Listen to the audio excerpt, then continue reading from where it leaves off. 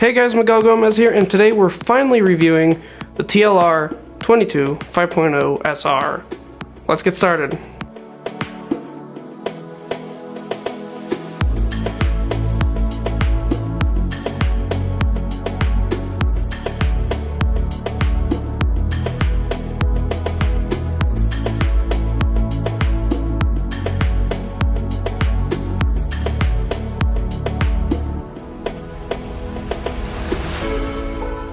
First, it drives awesome.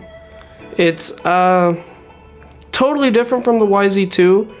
It feels a lot more tame, a lot easier to drive. So the steering definitely feels slower. It's definitely a slower steering system than the YZ2, but it also feels like it's moving around less. That may just be down to the setup of my YZ2 suspension. I probably need to tweak it, but right out of the box, the TLR drives really awesome and is really competitive right out of the box. Second thing I like about it, it's relatively durable. I haven't broken anything yet. The only thing that has happened is I popped off a front ball cut. But that's just like a TLR thing, I've heard. We'll see if it continues to happen, but so far it's only happened once. So another thing I actually like are the rubber bands. I know it's like the big point of controversy, but I think they work well. They actually secure the battery really well, and I had zero issues with them whatsoever. So any worries I had are essentially gone now. The only worry I have left is long-term durability of the rubber bands. So if you accidentally get like tire sauce on them or just general wear and tear, how long are they gonna last? The wing and body it comes with are really durable. On the first run, my YZ2 wing cracked and the body cracked. They're really, really thin. But on the TLR, neither of them cracked, and I didn't drive it easy. I crashed just like normal, but they didn't crack. You can see they still look like new, which is really awesome. So that's a thumbs up in my book. So on the build of the buggy, I actually had a pretty tough time with a lot of the screws threading into the plastic. And I've realized that is more of a car-to-car basis, that problem. So I've received a lot of comments saying that it was more of a problem on the 4.0, but their 5.0 hasn't had it. So your mileage may vary. Let's talk about the setup right out of the box. So it comes with white springs in the back and green springs in the front. Yes. Oh, I was pretty sure I got that right. And to be totally honest, I haven't done too much research to find out their spring rates and how they compare to AE springs and Yokomo springs. So that's what it comes with, and with 27.5 weight in the rear, 32.5 in the front, and it works really well. I think it's a tiny bit soft, but it has a ton of grip. You can see in some of the driving footage, it just seems a little soft, but really I didn't mind it too much actually driving it. I think how plush and soft it was actually a benefit to how fast I could drive it, because it just had so much grip, it made me feel more comfortable. It just, out of the box, had a ton of grip, and I think that's also due to the fact that they went from a 2.5 mil chassis to a 2 mil thick chassis, and that's pretty thin. You can actually feel the flex in it, which doesn't mean it's bad quality, it just means that's engineered that way for a reason, and that is more grip and probably easier to drive. Let's talk about steering. So the steering is totally revamped for the 5.0, and they're supposedly make it easier to drive yet have a little bit more steering. And I think it has, I wish I had a little bit more initial steering. I know if it had a little bit more initial steering, it'll actually make it twitchier, which is something I like about the car, that it's not twitchy like the YZ2. I feel like I can do corrections much faster on my YZ2. Yet I have servos with similar specs on both. I just think the steering system in the YZ2 has a lot less expo built in. It's a lot less progressive. I think it's a lot more linear. I think the steering on the 22 has a lot more expo, or is a lot more progressive. So initially it doesn't have that much steering, but as it goes, it gets more and more steering, of course. I think overall it has less steering than the Yokomo, but it still works. You can still get around 180s super easily, and it actually, I think, makes it easier to drive. For a beginner, I'd go with the 22. It's a little harder to work on, but it's a lot easier to drive out of the box. Let's talk about the drivetrain. So initially I thought the plastic outdrives on the ball diff were gonna be a problem, but really, they seem really sturdy, and like they still have like no play in them. So I don't really think that's gonna be a problem.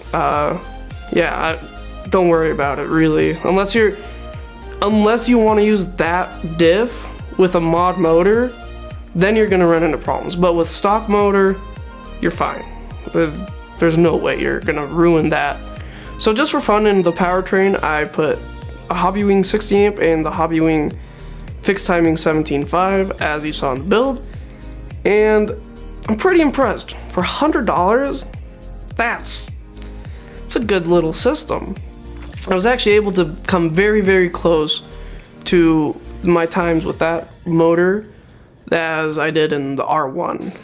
I swapped them in and out, so I wanted to feel the difference, and there is a significant power difference, but it's a lot easier to be smooth with less power. So, just some thoughts on that. But something that I did notice, the 22 handles the power of a good 17.5 motor like the R1 very well. It feels very stable and very planted. It's a stable platform, and it's very confidence inspiring. I feel like I could land and turn without ever thinking that my back end was gonna step out of line. A couple bad points towards the TLR really only arose during the build, and I talked about them in the build video, like the stiff screws, the extremely difficult turnbuckles, and things like that. But out driving it, I have no complaints driving it. Working on it, that's a different story. Driving it, zero complaints. Another thing with the TLR, it's not as light as I thought it was. So my Yokomo has to have a 46 gram battery plate underneath it to be spec weight. The TLR, with the same motor, same electronics, only needed about 17 grams to bring it up to 1500 grams. Which gives you a little bit, it gives you less room to play around with the ballasts. So should you buy a 22? Yeah. I know, I feel like I've said this every time I've done a review on a car. Modern buggies are getting so good and so competitive, all of them, that you really can't go wrong with any of them. So whether you want a Yokomo, an AE, or a TLR, even X-Ray, I think if you dedicate some time to learn about it and figure it out, you're gonna be very happy with your purchase. For me, I'm gonna keep trying out the 22 a little bit more, but so far, I like it just as much as my Yokomo. And I think the 22, especially for newer drivers, or just people that like to take it easier, I think the 22 is a better vehicle because it is easier to drive. But I think ultimately, I could be faster with the Yokomo because of the faster steering. So I want to talk about availability and parts. I think TLR is only second to Team Associated in terms of availability and driver network. It is a very big company, with a lot of drivers, with a lot of part support, with pretty much every hobby shop carrying TLR. So you don't really have to worry about if you break something, the shop not gonna have it. Depends obviously on your local hobby shop, but it's TLR. It's gonna be popular. It's gonna be around. So I think on that front you're safe, especially compared to the Yokomo. The Yokomo, that's hit or miss, but TLR, you should be fine no matter where you go. Some final thoughts on the TLR 22 5.0. It's an overall really good buggy. It may be a little bit trickier to build than what I'm used to, but it's definitely easier and more confidence inspiring than what I'm used to. So there is a trade-off. For some people, it might not be worth it. To some people, it totally is. So to me, I think I still need to drive it a little bit more to decide which one I'm gonna sell, because I'm not gonna keep both of them. But right now, I'm still leaning towards keeping the Yokomo because I have the YZ2T, so just want to keep it in the family, you know? So hopefully this video helped you guys decide if you want a 22 5.0 or not. I say go for it. It's just, to me, it was really confidence inspiring. Hopefully it can make you a little bit more confident out on the track too. Thanks for watching. It's been Miguel Gomez with TDK Repair. See you on the next one.